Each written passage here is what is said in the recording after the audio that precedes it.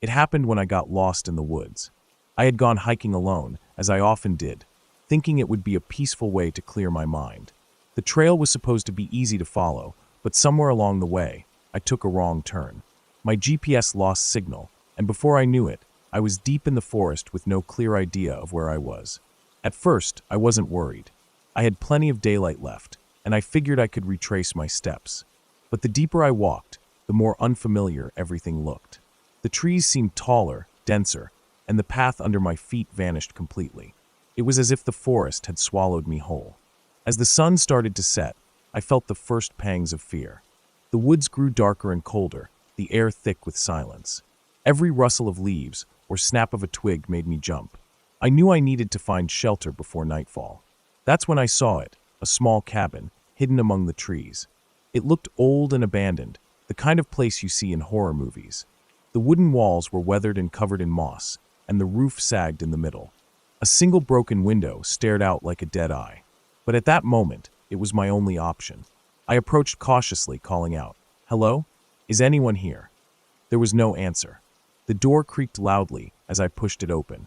Inside, the air was stale, heavy with the smell of mildew and rot. The floorboards groaned under my weight as I stepped inside.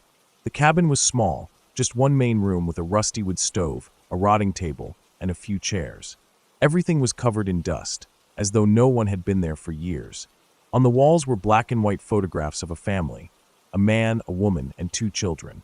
Their clothes looked old, maybe from the 1920s or 1930s. But something about the pictures made my skin crawl. All their faces were scratched out. I tried not to think about it. I needed to focus on staying safe until morning. I closed the door, bolted it as best as I could, and sat down by the stove. I had some snacks and a flashlight in my backpack, so I ate quickly and prepared to wait out the night. The silence in the cabin was suffocating. Outside, the wind howled, rattling the window.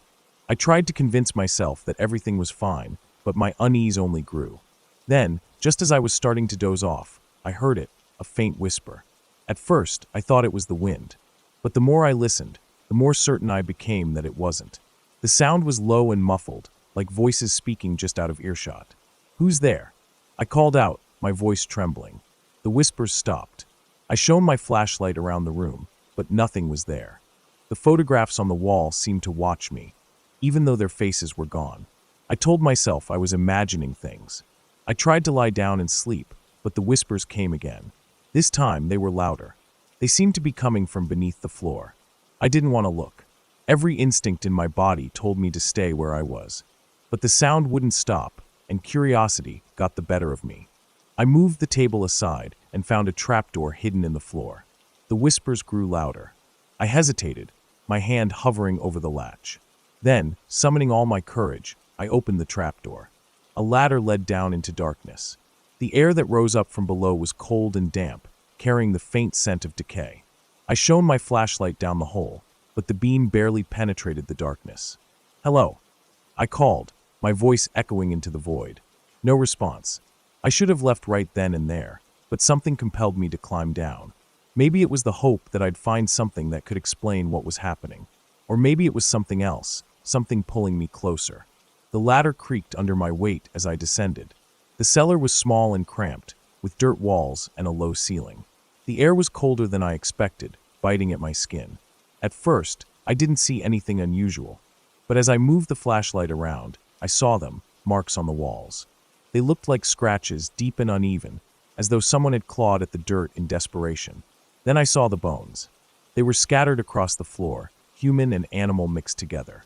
Some were old and yellowed, while others looked disturbingly fresh. My stomach churned, and I felt bile rise in my throat. The whispers grew louder, filling the small space. They didn't sound human anymore. They were distorted, like voices played backward. I turned to climb back up the ladder, but then I saw something move in the shadows. At first, I thought it was a trick of the light, but as I focused my flashlight, I realized it wasn't. There was a figure standing at the far end of the cellar. It was tall and thin, its body unnaturally long. Its skin was pale and stretched tight over its bones, and its eyes glowed faintly in the dark. It didn't move. It just stood there, staring at me. I froze, paralyzed with fear. The whispers stopped, replaced by a heavy silence that pressed down on me like a weight. Then, without warning, the figure took a step toward me. I didn't wait to see what would happen next. I scrambled up the ladder as fast as I could, my hands slipping on the rungs. As I reached the top, I slammed the trapdoor shut and pushed the table back over it. The cabin was deathly quiet, but I didn't feel safe. I grabbed my backpack and bolted out the door, not caring about the darkness or the cold. I ran through the forest, branches scratching at my face and arms. I didn't stop until I saw the faint glow of dawn on the horizon. Somehow, I found my way back to the main trail and eventually to my car. I never told anyone what happened that night. Who would believe me? They'd think I was crazy or making it up. But I know what I saw. Sometimes I dream about that cabin. In my dreams, I'm back in the cellar, and the figure is standing closer. I hear the whispers, but now they're saying my name. I haven't gone hiking since. The woods don't feel peaceful anymore. They feel like they're watching, waiting for me to come back. And sometimes late at night, I hear a faint creak, like floorboards groaning under weight. It's probably nothing, but I don't check. I've always loved camping alone. There's something peaceful about being away from the noise of the world. The quiet of the forest, the crackle of a campfire, and the vast open sky make me feel free. So one weekend, I packed my gear and drove deep into the woods. I knew the area well, having camped there many times before. It was a safe place, or so I thought. I reached the clearing just before sunset. The spot was perfect, surrounded by tall pine trees with a small stream nearby. After setting up my tent and lighting a fire, I sat down to enjoy the stillness. The world felt so quiet, like it was holding its breath. As I cooked dinner, I thought I heard something faint, a whistle. It was just two notes, sharp and clear, cutting through the silence. I froze, listening closely, but the sound didn't come again. I told myself it was probably the wind moving through the trees. The first night passed without any trouble. I woke up refreshed and spent the day exploring the area. By evening, I was back at my campsite, watching the fire dance as the sun dipped below the horizon. That's when I heard the whistle again. This time it was louder. Two short notes, like a signal. "Hello." I called out, my voice sounding small in the vast forest. No reply. I told myself it had to be another camper, though I hadn't seen anyone since I arrived. It was strange, but I tried not to think too much about it. I crawled into my tent, zipped it up, and tried to sleep. But the whistle came again. It was closer now, circling my campsite. The two-note tune repeated over and over. My heart pounded in my chest as I sat up, gripping the small knife I kept in my pack. I wanted to believe it was an animal, but deep down, I knew it wasn't. The sound was too human. "Who's there?" I shouted, my voice shaking. Silence. The whistle started again, this time just outside my tent. I held my breath, terrified. The thin fabric of the tent felt like no protection at all. I thought about unzipping the tent and running, but where would I go in the dark? The sound stopped as suddenly as it had started, leaving me in complete silence. Somehow, I made it through the night. When dawn broke, I cautiously stepped out of the tent. The forest looked normal, peaceful even, as if nothing had happened. But then I saw them, footprints in the dirt around my campsite. They were large, much larger than any human foot I'd ever seen, and bare. The prints circled my tent, as if someone or something had been watching me all night. I decided to pack up and leave. My gut told me I wasn't safe here. As I loaded my gear into my backpack, I heard the whistle again. It was faint, far off in the distance, but it made my skin crawl. The hike back to my car was the longest of my life. Every sound in the forest felt sinister. Every snap of a twig made me jump. I kept looking over my shoulder, but I never saw anything. When I finally reached my car, I felt a wave of relief. I threw my gear in the back, started the engine, and sped down the dirt road. I thought I was safe, but as I drove, I heard the whistle again. That night has stayed with me ever since. The sound of that whistle is burned into my memory. Even now, years later, I can't hear a tune without feeling a chill run down my spine. I've tried to make sense of what happened. Was it a person trying to scare me? A strange animal I'd never encountered before? Or was it something else, something I can't explain?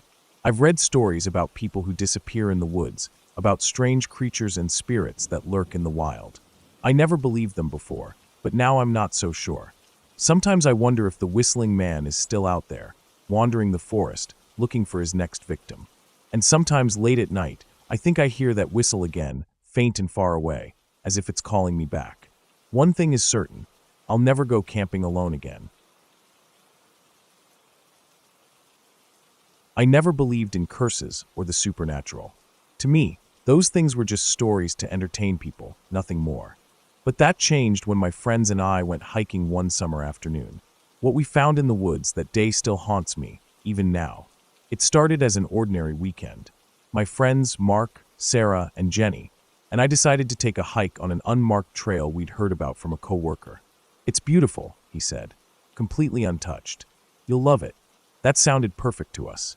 We were always looking for new adventures, and this trail seemed like the ideal place to escape the usual crowds. We set off early in the morning, laughing and chatting as we made our way deeper into the forest. The trees were tall and thick, their branches forming a canopy that blocked most of the sunlight. The air smelled fresh, like damp earth and pine. Everything felt peaceful. After about 2 hours of walking, we reached a clearing. In the center of the clearing stood a massive oak tree, its trunk thick and gnarled. The tree looked ancient, like it had been standing there for centuries. But what caught our attention wasn't the tree itself, it was what was embedded in its trunk. A mirror. It was an old, cracked mirror, partially swallowed by the bark of the tree. The glass was cloudy, but we could still see our reflections in it. The frame was made of metal, rusted and worn, with intricate patterns that looked handmade. "What the heck is this doing here?" Mark asked, stepping closer to inspect it. "It's weird, right?" Jenny said, tilting her head. "Who puts a mirror in a tree?" Sarah laughed. "Maybe it's art. You know, one of those things people do to make the forest interesting." We all chuckled, but I couldn't shake the feeling that something about it was off. It didn't look like something someone would casually leave behind. The mirror felt out of place, like it didn't belong there. Curiosity got the better of us, and we took turns looking into the mirror. At first, everything seemed normal. It reflected all four of us standing in the clearing, just as any mirror would. But when it was my turn to look again, I noticed something strange. Jenny wasn't in the reflection. I blinked, thinking my eyes were playing tricks on me. But no matter how hard I stared, I couldn't see her in the mirror. She was standing right beside me, laughing at something Mark said, but in the mirror, there were only 3 of us, me, Mark, and Sarah. "Guys," I said, my voice shaky. Jenny's not in the reflection. "What?" Jenny said, stepping closer to the mirror. "That's impossible." We all crowded around, staring into the glass. Sure enough, Jenny's image was missing. She waved her hand in front of it, jumped up and down, even stood right in front of the mirror, but her reflection never appeared. "That's creepy," Mark muttered, stepping back. Sarah tried to laugh it off. "It's probably just the glass. It's old and cracked. Maybe it's broken." But I could tell she was just as unsettled as the rest of us. Jenny, however, seemed more annoyed than scared. "This is stupid," she said, turning away. "It's just a dumb old mirror. Let's keep going." Reluctantly, we followed her. I couldn't stop glancing back at the tree, though. Something about that mirror had me on edge. As we continued our hike, the mood shifted. The air felt heavier, the forest darker. None of us talked much. It was like an invisible weight had settled over us, pressing down harder with each step. After about an hour, we realized something was wrong. "Didn't we pass this tree already?" Mark asked, pointing to a large birch with a twisted trunk. Sarah frowned. "I think so. But how? We've been going in a straight line." Jenny rolled her eyes. "You guys are just imagining things. Let's keep moving." But the more we walked, the more everything started to look the same. It was as if the forest had rearranged itself to trap us. The sun was starting to set, and panic was creeping in. That's when we realized Jenny was missing. One moment, she was walking ahead of us, complaining about how slow we were. The next, she was gone. "Jenny," I called, my voice echoing through the trees. There was no answer. We searched everywhere, retracing our steps and shouting her name. But it was like she had vanished into thin air. Where could she have gone? Sarah whispered, her voice trembling. "I don't know," Mark said, his face pale. "But this doesn't make any sense." As darkness fell, we made the difficult decision to head back to the clearing where the mirror tree was. We hoped that if we stayed in one place, Jenny might find her way back to us. When we arrived, the clearing looked different. The tree with the mirror seemed larger, its branches stretching out like arms. The air around it was colder, and the mirror's glass looked cleaner than before, as if it had been polished. "I hate this place," Sarah whispered, clutching Mark's arm. Mark and I stared into the mirror again, desperate for answers. This time, something had changed. Jenny was there, in the mirror. She was standing in the clearing, just behind us, her face pale and her eyes wide with fear. "Jenny!" I shouted, spinning around. But when I turned, she wasn't there. She's in the mirror," Mark said, his voice shaking. We stared, horrified, as Jenny's reflection began moving. She was pounding on the glass, her mouth open in a silent scream. "What do we do?" Sarah cried, tears streaming down her face. I didn't have an answer. None of us did. We spent the night in the clearing, huddled together, too scared to move. Jenny's reflection stayed in the mirror, watching us, her expression growing more desperate by the hour. By morning, the reflection was gone. The mirror was just a mirror again, cracked and cloudy. We left the forest that day, shaken and broken. We told the authorities about Jenny, but they didn't believe our story. They said she must have gotten lost, and despite multiple searches, she was never found. To this day, I don't know what happened to her. I don't know what that mirror was, or why it was there. But sometimes, in my dreams, I see Jenny's face in the glass, begging me to help her. And sometimes, when I look in a mirror, I think I see her standing behind me, just for a moment, before she disappears again. I've always enjoyed the woods. There's a quiet in nature that you can't find anywhere else. For me, hiking was more than a hobby. It was my way of escaping the noise of everyday life. But after what happened one autumn evening, I've never set foot in the forest again. It started as a regular day. I had planned a short solo hike on a trail I'd walked many times before. It wasn't far from my house, and I knew the area well. The air was crisp, the leaves vibrant shades of orange and red, and the ground was covered in a soft layer of fallen leaves. I left around midday, planning to return before sunset. The hike started peacefully, the sound of crunching leaves under my boots and the occasional rustling of squirrels in the trees keeping me company. Everything felt normal, until it didn't.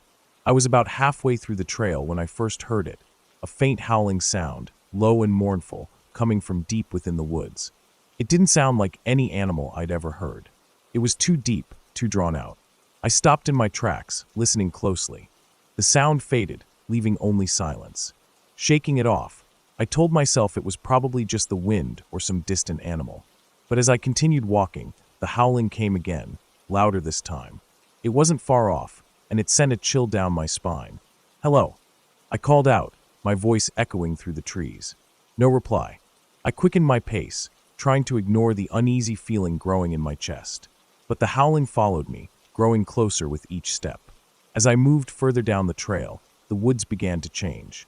A thick fog started rolling in, clinging to the ground and winding through the trees like ghostly fingers. The sun, which had been shining brightly earlier, was now hidden behind a layer of gray clouds. The world around me felt muted. The vibrant colors of the leaves seemed dull, the air colder. Even the sound of my footsteps felt distant, like they were coming from somewhere else. I kept walking, determined to reach the end of the trail and get back home. But no matter how far I went, everything around me looked the same. The trees seemed endless, and I started to wonder if I'd somehow wandered off the path. That's when I saw it, a shadow moving through the fog. It was tall and thin, its movements slow and deliberate. At first, I thought it was another hiker, and relief washed over me. "Hey," I called out, waving my hand. The figure stopped. For a moment, I thought it would respond, but then it melted into the fog, disappearing as quickly as it had appeared. I stood there, frozen. My mind raced, trying to make sense of what I'd just seen. It wasn't normal for someone to vanish like that. Suddenly, the howling returned, louder and closer than before.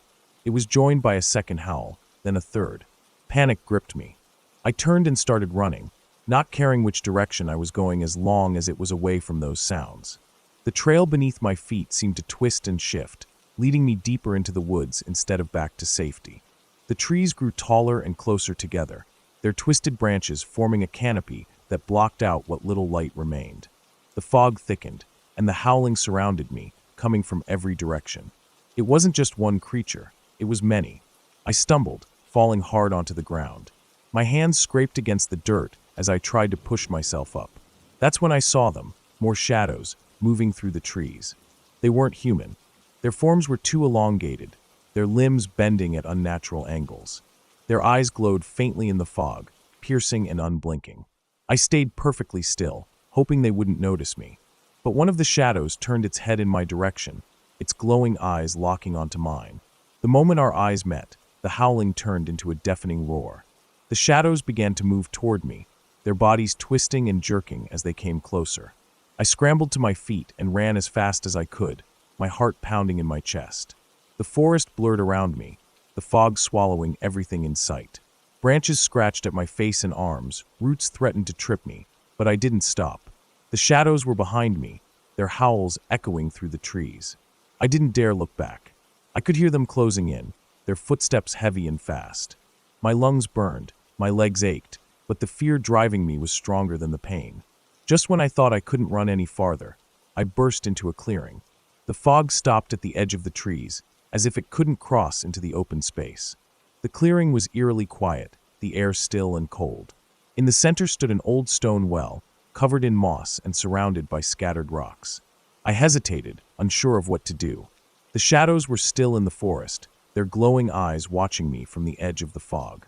One of them stepped forward, but it didn't cross into the clearing. Instead, it let out a low growl, a sound filled with frustration and rage. I didn't understand why they wouldn't come closer, but I wasn't about to question it. I slowly backed toward the well, keeping my eyes on the shadows. As I neared the well, I noticed something strange. A faint whispering sound was coming from inside. It was soft and melodic, almost comforting, but I couldn't make out the words. Curiosity got the better of me, and I peered over the edge. The well was deep, the darkness stretching endlessly downward. "Help," a voice whispered, so faint I almost didn't hear it. I stumbled back, my heart racing. The voice sounded human, but how could anyone be down there? Before I could think, the howling started again. The shadows were pacing along the edge of the clearing, their glowing eyes fixed on me. I was trapped. The shadows wouldn't enter the clearing, but I couldn't stay there forever. My only options were to run back into the forest or face whatever was inside the well. The whispers grew louder, more urgent. "Help me, please." I hesitated, torn between fear and desperation. Finally, I made my choice. I leaned over the edge of the well and shouted, "Who's there?" The whispers stopped. For a moment, there was only silence. Then a voice replied, "You have to jump." "What?" I cried, my voice shaking. "It's the only way," the voice said. "They won't follow you." I looked back at the shadows. They were growing more restless, their howls louder and more menacing.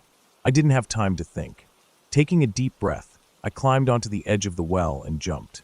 The fall seemed endless. The air rushed past me, cold and damp. I closed my eyes, waiting for the impact that would surely come. But instead of hitting the bottom, I landed softly, as if the darkness itself had caught me. When I opened my eyes, I was no longer in the well. I was lying in a meadow, surrounded by sunlight and the sound of birds chirping. The forest was gone, the shadows nowhere to be seen. I was safe. I never figured out what happened that day. I told myself it was just a bad dream, a trick of the mind brought on by exhaustion and fear. But deep down, I know it was real. I never went back to that trail, and I never hiked alone again. Sometimes late at night, I hear faint howling in the distance. It's a sound that sends chills down my spine, a reminder of the shadows that still haunt my memories. And sometimes, when I close my eyes, I hear the whisper, "You have to jump." I have always loved walking in the woods. Growing up in a small town surrounded by forests, I spent countless afternoons exploring trails and discovering hidden spots. The forest felt like a second home, a place of peace and solitude. But one day, that peace was shattered. The day started like any other. It was a cool spring morning, and I decided to take a walk before the day grew too warm. The sun was peeking through the clouds, and the trees swayed gently in the breeze. I grabbed my backpack, filled it with water and snacks, and set out on a familiar trail. The trail was quiet, with only the sounds of birds chirping and leaves rustling in the wind. I walked slowly, enjoying the fresh air and the earthy smell of the forest. Everything seemed normal at first, but as I went deeper into the woods, I began to notice something strange. The forest grew quieter. The birds stopped singing, and the wind seemed to die down. Even the crunch of leaves under my boots felt muffled. It was as if the forest was holding its breath. I stopped and looked around, trying to figure out what was wrong. The trees stood tall and silent, their branches casting long shadows on the ground. There was no movement, no sound, nothing. I told myself it was just my imagination, but the silence felt heavy, like it was pressing down on me. I shook off the feeling and kept walking, determined not to let it ruin my day. That's when I heard the footsteps. At first, they were faint, like someone walking far behind me. I stopped and turned around, expecting to see another hiker. But the trail was empty. "Hello," I called out, my voice echoing through the trees. No one answered. I stood there for a moment, listening. The footsteps had stopped. Shrugging it off, I turned and continued walking. But the footsteps started again, louder this time. They matched my pace, stopping whenever I stopped. It felt like someone was following me, staying just out of sight. I glanced over my shoulder every few steps, but the trail was always empty. The uneasy feeling in my chest grew stronger. I decided to leave the trail and head toward a small clearing I remembered from past hikes. It wasn't far, and I thought it would give me a better view of the area. The clearing was just as I remembered, an open space surrounded by tall trees. In the middle was a large, flat rock where I often sat to rest. I climbed onto the rock and looked around. The forest was still. The footsteps had stopped. For a moment, I felt relieved, thinking whoever, or whatever, had been following me was gone. But then I noticed something strange. On the edge of the clearing, in the soft dirt, were footprints. They were fresh, leading from the trail into the trees. I got off the rock and walked over to inspect them. The prints were human, but they didn't look right. The toes were long, almost claw-like, and the spacing between each step was uneven, as if the person had been limping or dragging one foot. I crouched down, my heart pounding.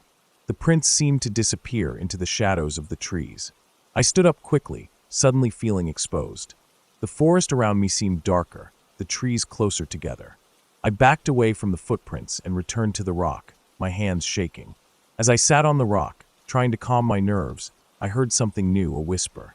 It was soft and faint, like wind moving through the trees.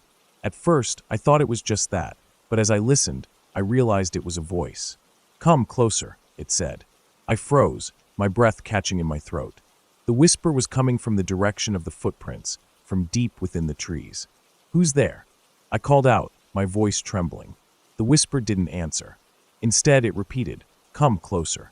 Part of me wanted to run back to the trail, to get as far away from that voice as possible. But another part of me was curious. I had always prided myself on being brave, and I didn't want to let fear control me. I stood up and took a step toward the trees. The whisper grew louder, more insistent. "Come closer." The footprints seemed to glow faintly, as if guiding me. My legs felt heavy, but I kept moving forward, drawn by something I couldn't explain. The trees closed in around me as I followed the footprints. The air grew colder, and the light from the clearing faded behind me. The forest felt alive, as if it were watching me, its branches reaching out like claws. The whisper continued, growing louder with each step. It wasn't just one voice anymore, it was many, overlapping and echoing in my ears. "Come closer." Don't be afraid. I wanted to turn back, but I couldn't. It was as if my body was moving on its own, pulled forward by an invisible force. After what felt like hours, I came to a small clearing. In the center was an old cabin, its wooden walls dark with age and moss creeping up its sides. The roof was caved in on one side, and the windows were broken, their glass shards glittering on the ground. The whispers stopped. The forest was silent again, but the silence was worse than the voices. I didn't want to go inside, but something about the cabin drew me in. It felt like the source of everything, the footsteps, the whispers, the strange footprints. The door creaked loudly as I pushed it open. The air inside was cold and damp, heavy with the smell of rot. The floor was covered in dirt and debris, and the walls were lined with shelves holding jars of strange, unidentifiable objects. In the center of the room was a table, and on the table was a notebook. The pages were yellowed and curled at the edges, and the cover was stained with something dark. I hesitated, then reached out and picked it up. The writing inside was messy, almost illegible, but one word stood out. "Stay." As I read the word, the door slammed shut behind me. I spun around, dropping the notebook. The shadows in the room seemed to shift and move, growing darker and stretching toward me. I could feel them closing in, their presence cold and suffocating. The whispers returned, louder than ever. "Stay, stay, stay." I backed away, my heart racing. The shadows formed shapes, twisted, humanoid figures with glowing eyes. I turned and ran, throwing open the door and sprinting back into the forest. I didn't know where I was going. The trees all looked the same, and the trail was nowhere to be found. The whispers followed me, echoing in the air. Stay, stay. The forest felt endless, a labyrinth of trees and shadows. My legs ached, my breath coming in ragged gasps, but I didn't stop. Finally, I saw a break in the trees, a small stream cutting through the forest. I stumbled toward it, hoping it would lead me back to safety. The stream guided me out of the woods, the whispers fading as I moved farther away. When I finally emerged, the sun was setting, casting the world in shades of orange and gold. I collapsed on the ground, my body shaking with exhaustion and fear. I looked back at the forest, its dark outline looming against the sky. I never went back to those woods.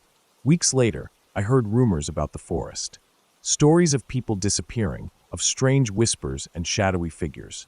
Some said the forest was cursed, a place where time and reality didn't follow the rules.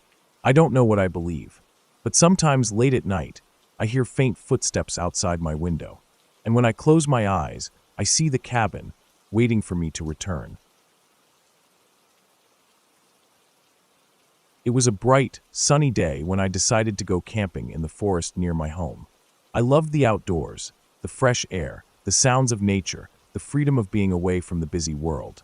I often went on hikes or spent nights under the stars, but this trip was different. It was the first time I planned to camp alone. I packed my backpack with everything I'd need: a tent, a sleeping bag, food, water, a flashlight, and a small notebook to write in. I chose a spot deep in the woods, far from any other campers or trails. I wanted complete peace and quiet, a chance to feel truly alone with nature. The hike to my campsite was beautiful. The forest was alive with the chirping of birds and the rustling of leaves. Sunlight streamed through the canopy, casting dappled shadows on the ground. Everything felt perfect. By the time I reached my chosen spot, the sun was setting, painting the sky in shades of orange and pink. I quickly set up my tent and started a small fire to cook dinner. The woods grew darker as the stars came out, and soon the only sounds were the crackling of the fire and the distant hoot of an owl. I ate my meal and leaned back against a tree, enjoying the peacefulness of the night. The forest felt alive yet calm, like it was breathing with me. I wrote a few thoughts in my notebook, then decided to call it a night. Inside the tent, I felt safe and warm. The soft hum of insects outside lulled me to sleep. But in the middle of the night, I woke up suddenly. Something felt off.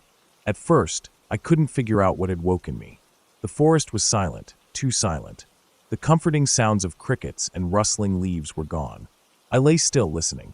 That's when I heard it, faint footsteps outside the tent. They were slow and deliberate, circling around me. My heart started pounding as I held my breath, straining to hear more. Probably an animal, I told myself, trying to stay calm. But the footsteps sounded too heavy to be a small creature. They were steady, like a person walking carefully through the undergrowth. I reached for my flashlight and unzipped the tent just enough to peek outside. The beam of light cut through the darkness, but there was nothing there, no movement, no sign of anyone. I stayed awake for hours, clutching the flashlight and listening. The footsteps had stopped, but the silence of the forest felt unnatural, like it was holding its breath. The next morning, I stepped outside to investigate. The air was crisp and cool, the forest bathed in golden light. It felt normal again, as if the strange events of the night had been a bad dream. But then I saw them, marks in the dirt around my campsite. They weren't footprints exactly, but they looked like something had dragged heavy, clawed feet through the soil. The marks formed a rough circle around my tent, as if something had been pacing around me all night. I felt a chill run down my spine. I tried to brush it off, telling myself it could have been an animal after all. But deep down, I knew these marks didn't look natural. I decided to stay another night, despite my unease. I had come out here to be alone, and I didn't want to let fear ruin my trip. The day passed quietly. I explored the surrounding area, climbed a small hill for a better view, and even found a stream where I refilled my water bottle. By the time the sun began to set, I felt more relaxed. But as night fell, the uneasiness returned. The forest grew darker than before, the trees casting long, eerie shadows. The wind picked up, whispering through the branches like soft voices. At first, I thought it was my imagination. But the whispers grew louder, more distinct. They weren't just random sounds, they were words. Leave, go, leave. The voices seemed to come from everywhere and nowhere at once. My skin prickled as I turned in circles, trying to find the source. The trees stood silent, their dark shapes unmoving. I decided to ignore the whispers and retreated to my tent. But as I zipped the door shut, I felt something watching me. I turned off my flashlight and peeked out through a small gap. That's when I saw them, eyes. They glowed faintly in the darkness, scattered among the trees like fireflies. But these weren't insects. The eyes were too large, too human. They didn't blink or move, just stared at me from the shadows. I felt frozen, unable to look away.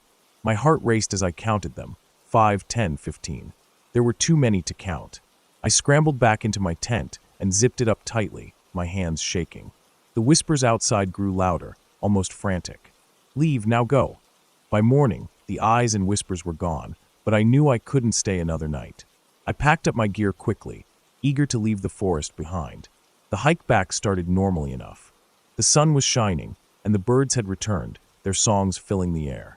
But as I walked, I began to notice something strange. The trail didn't look right.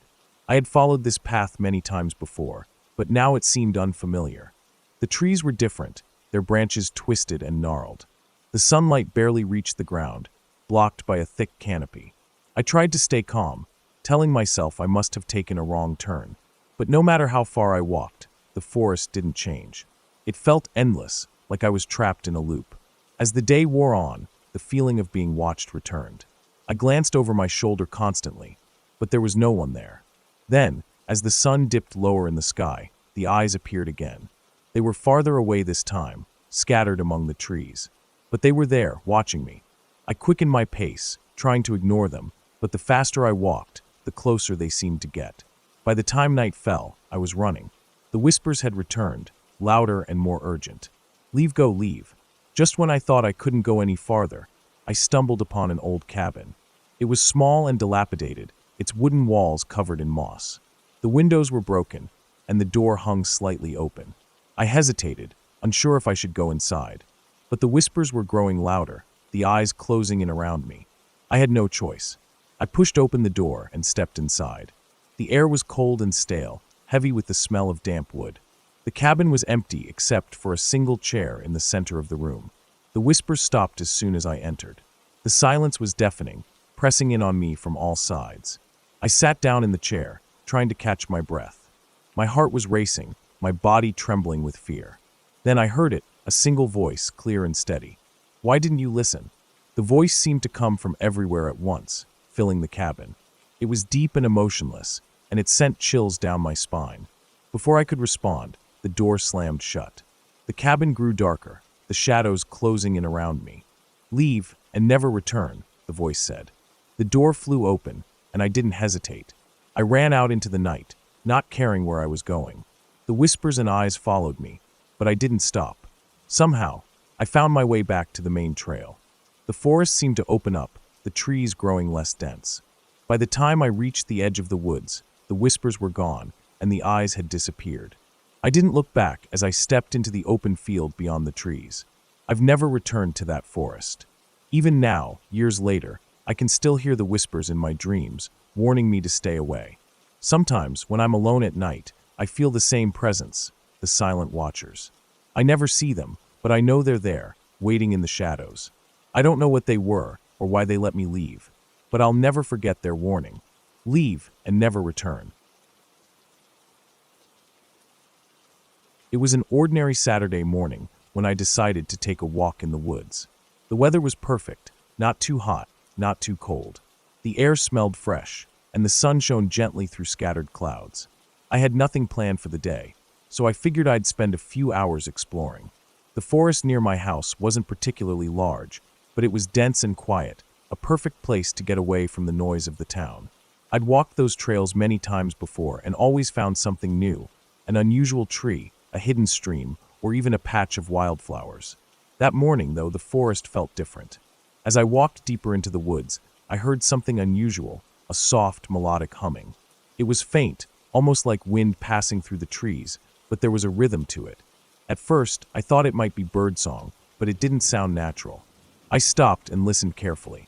The sound seemed to come from deeper in the forest, off the main trail. I hesitated, unsure if I should follow it. But curiosity got the better of me. Leaving the trail, I pushed through the undergrowth, moving toward the sound. The humming grew louder, clearer. It was beautiful, almost hypnotic, like a lullaby being sung by an unseen voice. After several minutes of walking, I came to a small clearing surrounded by tall trees. In the center was a stone circle, about 3 feet high, with strange carvings on its surface. Moss covered parts of the stones, and the ground around them was bare, as if nothing had grown there for years. The humming was louder here, but I still couldn't see where it was coming from. It felt as though the sound was coming from the stones themselves. I walked closer, examining the carvings. They looked old, symbols and patterns I didn't recognize. Some were geometric, while others looked like animals or plants. I reached out to touch the stone, but as my fingers brushed its surface, the humming stopped. The silence that followed was overwhelming. It was as if the forest had been holding its breath. No birds, no wind, nothing. I stepped back, suddenly uneasy. That's when I saw it, a shadow moving at the edge of the clearing. It was quick, darting between the trees, too fast for me to get a good look. My heart raced as I turned in circles, trying to keep my eyes on it. "Hello," I called out, my voice shaky. No answer. The shadow disappeared, and for a moment, I thought I might have imagined it. But the feeling of being watched lingered, a prickling sensation on the back of my neck. I decided it was time to leave. The stone circle and the strange humming weren't worth the creeping fear building inside me. I turned to head back the way I'd come, but the path I'd taken was gone. The trees looked unfamiliar, their branches twisted and gnarled. The clearing felt like it was closing in on me, the trees leaning closer, as if trying to keep me there. I tried to stay calm, telling myself I just needed to find the trail again. I picked a direction and started walking, but the forest seemed to shift around me. Every tree looked the same, and no matter how far I went, I couldn't find the trail. As I wandered, the humming started again. This time, it was closer, louder. The melody was different, no longer soft and calming, but sharp and dissonant. It seemed to come from all directions, surrounding me. I clapped my hands over my ears, but it didn't help. The sound wasn't just in the air, it was in my head, vibrating through my skull. "Stop!" I shouted, my voice echoing through the trees. The humming stopped abruptly, leaving an eerie silence. But the feeling of being watched was stronger than ever. I kept walking, desperate to find my way out. The forest seemed endless, the trees growing denser with every step. That's when I saw them, figures standing among the trees. At first, they were barely visible, blending in with the shadows. But as I moved closer, I realized they weren't like any people I'd ever seen. Their bodies were thin and elongated, their skin pale and almost translucent. Their eyes glowed faintly, reflecting the dim light filtering through the canopy. They stood motionless, watching me. "Who are you?" I asked, my voice trembling. They didn't respond. Instead, they slowly raised their arms, pointing towards something behind me. I turned to see what they were pointing at and froze. The stone circle was there again, even though I had walked far from the clearing. It looked exactly the same, the carvings glowing faintly in the dim light. The humming started once more, growing louder and louder until it was almost deafening. The figures began to move, stepping closer to me with slow, deliberate movements. I backed away, but no matter where I went, the stone circle seemed to follow. The forest twisted and shifted around me, trapping me in an endless loop. I felt panic rising in my chest. I dropped to my knees, clutching my head as the humming and whispers filled my ears. The figures surrounded me, their glowing eyes fixed on mine. One of them stepped forward, reaching out a long, thin hand. "Listen," it said, its voice low and hollow. I didn't understand at first. Then the humming changed, becoming softer, more rhythmic. It wasn't just noise, it was a song. Images filled my mind, a village long forgotten, people gathered around the stone circle, singing in unison. The forest had been alive with joy and celebration, but something had gone wrong. The song had been broken, and the forest had changed, becoming a place of shadows and fear. The figures were trapped here, bound to the forest and the broken song. And now, so was I. I don't know how long I stayed there, surrounded by the figures and the stone circle. Time felt meaningless, the forest shifting and twisting endlessly. Eventually, one of the figures leaned close to me, its glowing eyes inches from mine. "You must leave," it said. "But the forest does not let go easily." I nodded, too afraid to speak. The figure pointed toward a faint light in the distance, barely visible through the trees. "Follow the light. it said. Do not stop. Do not look back. I ran toward the light, my heart pounding in my chest. The forest seemed to close in around me, the trees reaching out with claw-like branches. The humming grew louder, as if trying to pull me back. The figures followed, their glowing eyes watching me from the shadows. But I didn't stop. The light grew brighter, and finally, I broke through the trees into an open field. The sun was setting, casting the world in warm, golden light. I collapsed on the ground, gasping for air. When I looked back, the forest was still and quiet, the stone circle nowhere in sight. I haven't returned to those woods since that day. The memory of the stone circle, the humming, and the figures haunts me. Sometimes, late at night, I hear faint whispers outside my window, and when I close my eyes, I see the forest, waiting for me to return. I don't know what would happen if I did, but I know one thing for sure. The forest doesn't forget, and neither do I. It was a crisp, quiet morning when I decided to take a walk in the woods. The sun had barely risen, casting a soft golden light through the trees. It was the kind of day that made me want to escape from everything, just to get away from the noise and the stress of life. I packed a light backpack with water, snacks, and a map of the trails, and set off into the forest near my house. I had been walking this same trail for years. It wasn't a long hike, but it always brought me peace. The scent of the pine trees, the sound of the wind whispering through the branches, and the occasional rustle of animals in the underbrush. It was all very calming. But today felt different. I hadn't been walking for long when I came to a fork in the trail. To the left, the path curved deeper into the forest, where the trees grew thicker and the shadows stretched longer. To the right, the trail led toward a more open space, with some sunlight filtering through the canopy. I decided to take the path to the left, curious to see where it would lead. The deeper I went into the forest, the quieter it became. The usual sounds of birds and insects seemed to fade away, replaced by an almost eerie stillness. It felt like the forest was holding its breath, waiting for something to happen. I brushed the feeling off as my imagination running wild. After all, I had been here countless times before, and nothing strange had ever happened. As I continued down the path, the trees became taller and closer together. It was getting harder to see the sky through the thick canopy above, and the shadows grew longer. I was so focused on the trail ahead that I almost didn't notice the clearing just off to the side. It was small, circular, and empty, with tall grass and flowers growing around the edges. I had never seen it before. Something about the place felt off. I stood at the edge of the clearing, looking around. The silence was heavy, almost suffocating. I couldn't hear a single bird, and even the wind had stopped. It was as if the forest itself had paused, as if waiting for me to step into the clearing. I took a few cautious steps forward, but the moment I did, I felt it, an unmistakable sensation that someone was watching me. At first, I tried to ignore it, but the feeling grew stronger with every second. I turned around, scanning the trees behind me, but there was no one there. Just the forest, silent and still. I took another step into the clearing, and that's when I saw it, a figure standing at the edge of the trees. It was tall, taller than any person I had ever seen, and it seemed to blend into the shadows as if it wasn't fully part of this world. The figure didn't move, but I could feel its presence, like it was staring right at me. I froze. For a few seconds, I stood there, my heart pounding in my chest, unable to look away. The figure remained motionless, just watching me. I couldn't make out any details. No face, no clothing, just a dark shape standing in the shadows. My mind raced. Was it another hiker?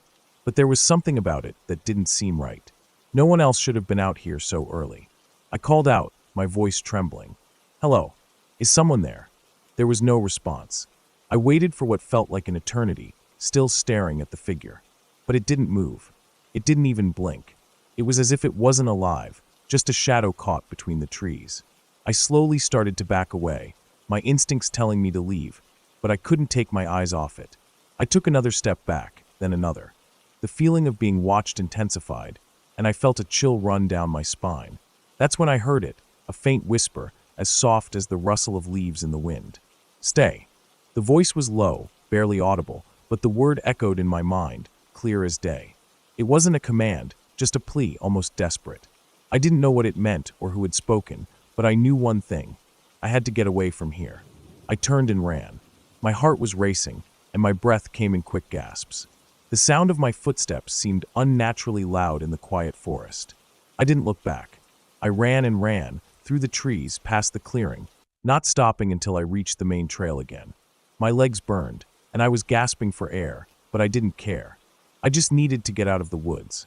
When I finally reached the trailhead, I stopped to catch my breath. I looked around, but there was no sign of the figure. It was as if it had never been there at all. The forest seemed normal again, the birds returning to their songs, the wind rustling through the leaves.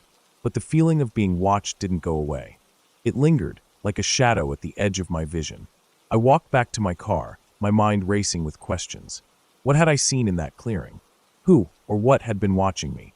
I didn't have any answers, but one thing was certain. I would never return to that spot in the woods again. In the weeks that followed, I tried to forget about what happened, but the memory haunted me.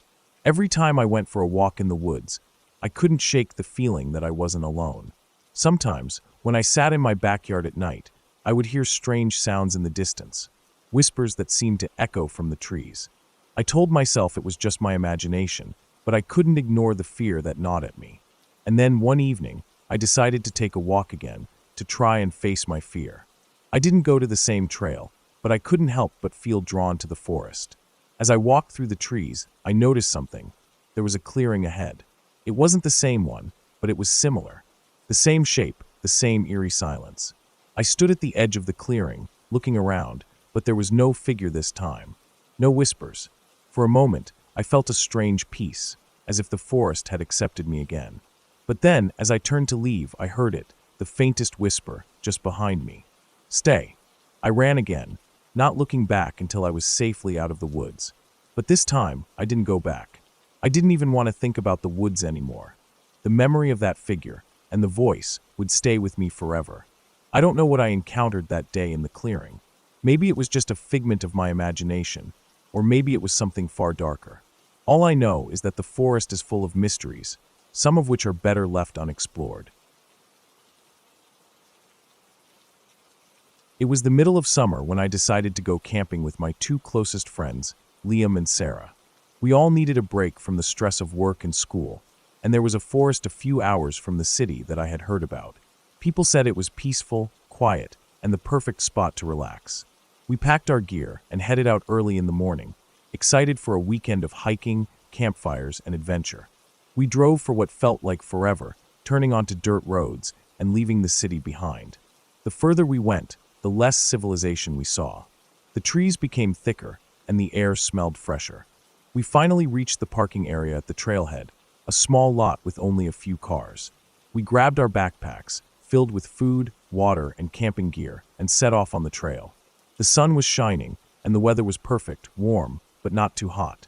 The first part of the hike was easy, with a well-marked trail that led us through a beautiful forest. The trees were tall and green, the ground covered in soft moss. We talked and laughed, enjoying the peace of being away from everything. After a couple of hours, we reached a small clearing and decided to stop for lunch. We sat on a big rock and opened our packs, pulling out sandwiches and snacks. While we were eating, we noticed something strange.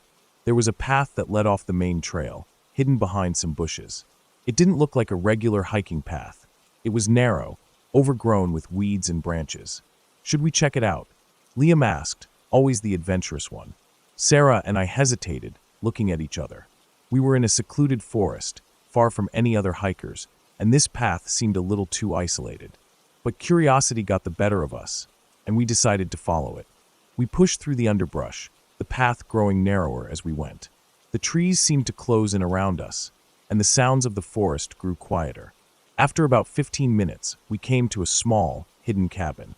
It was old and weathered, with the wood darkened by age and moss growing on the roof.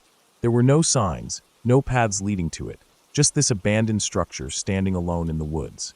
At first, we stood there in silence, looking at the cabin. It didn't seem like a normal place someone would build. The location was strange, and there was something unsettling about the way it seemed to just appear in the middle of nowhere. But there was no sign of anyone around, and we were all curious. Should we go inside? Sarah asked, looking at me and Liam. I don't know, I said, feeling uneasy. It looks abandoned. Maybe we shouldn't. But Liam, who had always been the boldest of the three of us, was already walking toward the door. It'll be fine. Let's just check it out for a minute. We followed him inside, and I immediately regretted it. The air inside was stale and cold, like it had been empty for years. The cabin was dusty, and there were old wooden chairs and tables scattered around. The floorboards creaked beneath our feet as we moved through the small space.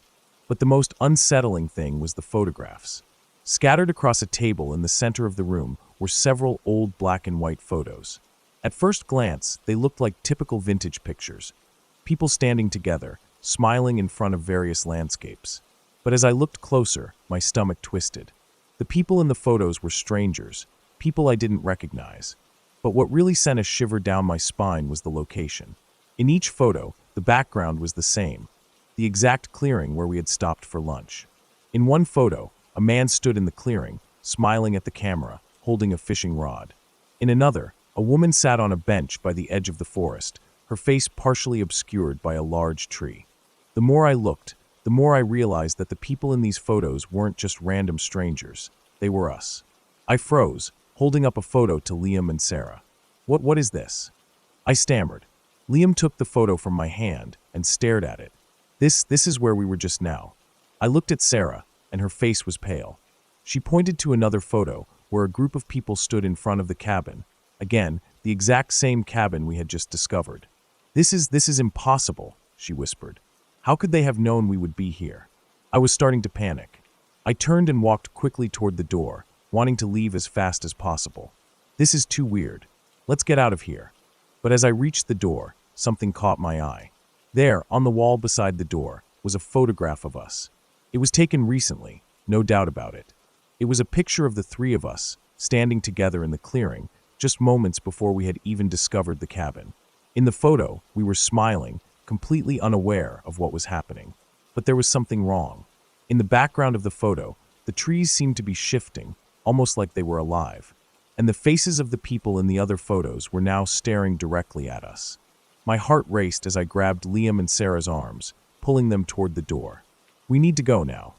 But when we reached the door, it wouldn't open. I tried again, but it was locked. I could feel the panic rising in my chest. Why won't it open? I shouted. This is wrong. Something is wrong. We turned around, searching for another way out, but all the windows were covered in old wooden boards. There was no way out. I felt trapped. Suddenly we heard it, footsteps outside. Slow, deliberate, like someone was walking toward the cabin. My stomach dropped. Who's out there?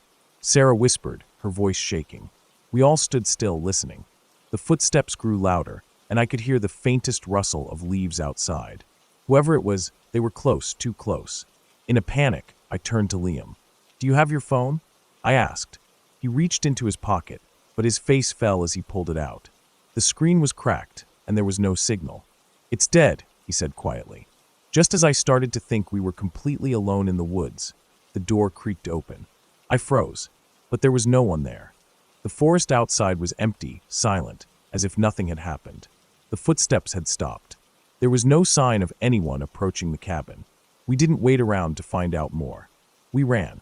We bolted from the cabin, pushing past the trees and underbrush, not looking back once. The further we went, the faster we ran. Finally, we made it back to the main trail, our breaths heavy with fear. We didn't talk much on the way back to the car. All three of us were in shock, unable to process what we had just experienced. The cabin was gone. The path that led us there was no longer visible. It was as if the forest had swallowed it whole. We didn't speak about it much after that. We tried to convince ourselves it was just a strange coincidence or our imaginations running wild.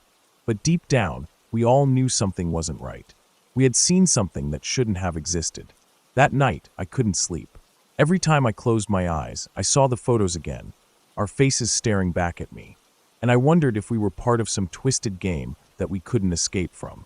I haven't gone back to those woods since, and I don't ever plan to. I've always loved hiking in the woods. There's something calming about it, the peace, the beauty of nature, the sound of leaves crunching underfoot.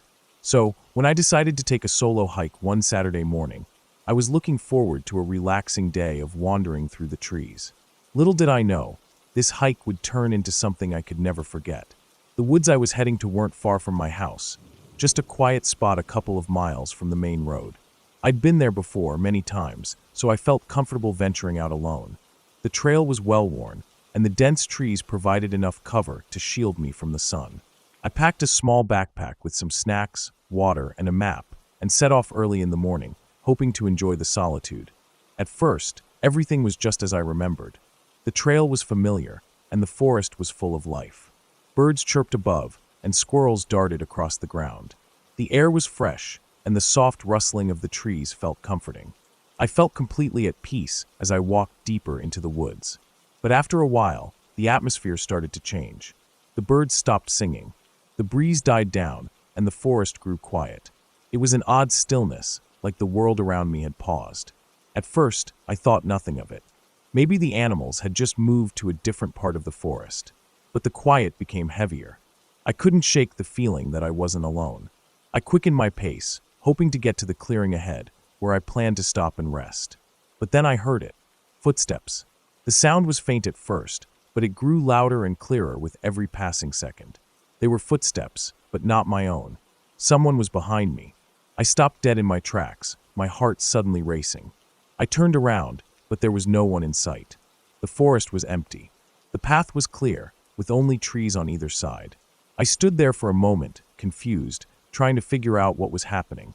Maybe it was just an animal walking through the underbrush, or maybe it was my imagination playing tricks on me.